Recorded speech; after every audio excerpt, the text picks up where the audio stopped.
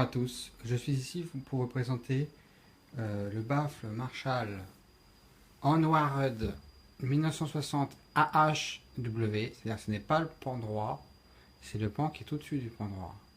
Parce que le pan droit c'est le BHW. Donc voilà, je vais vous faire voir déjà la finition du produit. Donc vous voyez, vous avez ici le petit logo 100, vous avez ici le petit logo Marshall, enfin le petit drapeau anglais.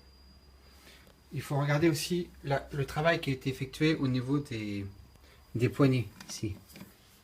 Vous voyez, sur un ampli Marshall classique, c'est comme ceci. Voilà, c'est moins bien fait quoi. C'est en noir alors qu'ici c'est vraiment en aluminium. Ouais, c'est beaucoup plus joli. Il y a aussi d'autres détails. Le logo ici il est tout petit, Marshall en doré, alors que sur un Marshall classique il est beaucoup plus gras, beaucoup moins esthétique. Ici la toile est beaucoup plus serrée, alors qu'ici elle est beaucoup moins serrée. Le travail est moins bien fait que là. C'est une sensation personnelle si vous voulez. Voilà, donc ici vous mettez votre tête d'ampli ici, au-dessus de ça. Faut pas mettre un autre baffle dessus à roulette, sinon il va glisser, parce qu'il n'y a pas les trous pour les roues.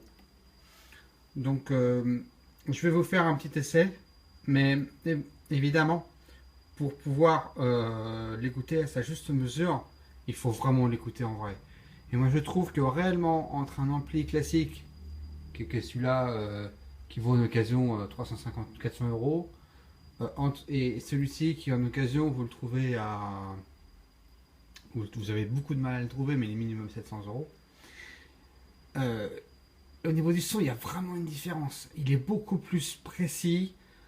Moi, je trouve que sur celui du dessus, par exemple, le son est beaucoup plus fort et il est moins précis. Il manque un truc. Voilà, il manque quelque chose.